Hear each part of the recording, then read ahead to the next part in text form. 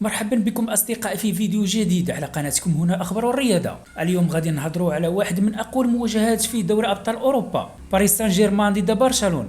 ولكن المفاجأة الكبيرة هي أن باريس سان جيرمان غادي يدخل هذه المباراة منقوص من أهم لاعبي الهجوم ديالو. قبل ما نبداو ما تنساوش تدعموا القناة باللايك والاشتراك باش يوصلكم كل جديد. باريس سان جيرمان أعلن اليوم الثلاثاء على اللائحة لسفرة لإسبانيا واللي كيترأسها المغربي أشرف حكيمي، واحد من العناصر اللي كيعتمد عليها الفريق بشكل كبير. الجمهور المغربي فرحان بزاف بيشوف حكيمي حاضر، خصوصا وان هذه المواجهه غادي تكون قويه بزاف ضد البارسا. ولكن خلينا نشوفوا شكون راجع وشكون غايب.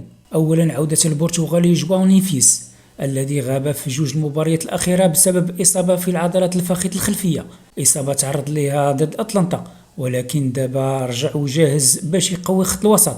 وحتى البرتغالي الاخر فيتينيا رجع هو كذلك بعدما كانت شكوك كبيره على سلامته من بعد ما خرج في الشوط الاول ضد اوكسير. هادشي كيأكد ان خط الوسط ديال باريس غادي يكون اقوى في هذا اللقاء. لكن المشكل كاين في الهجوم. المهاجم الجورجي خافيتشا ما غاديش يكون حاضر بسبب الاصابه في الفخذ، وزيد عليها عثمان ديمبيلي حتى هو مصاب، ومعه ديزيري دويه.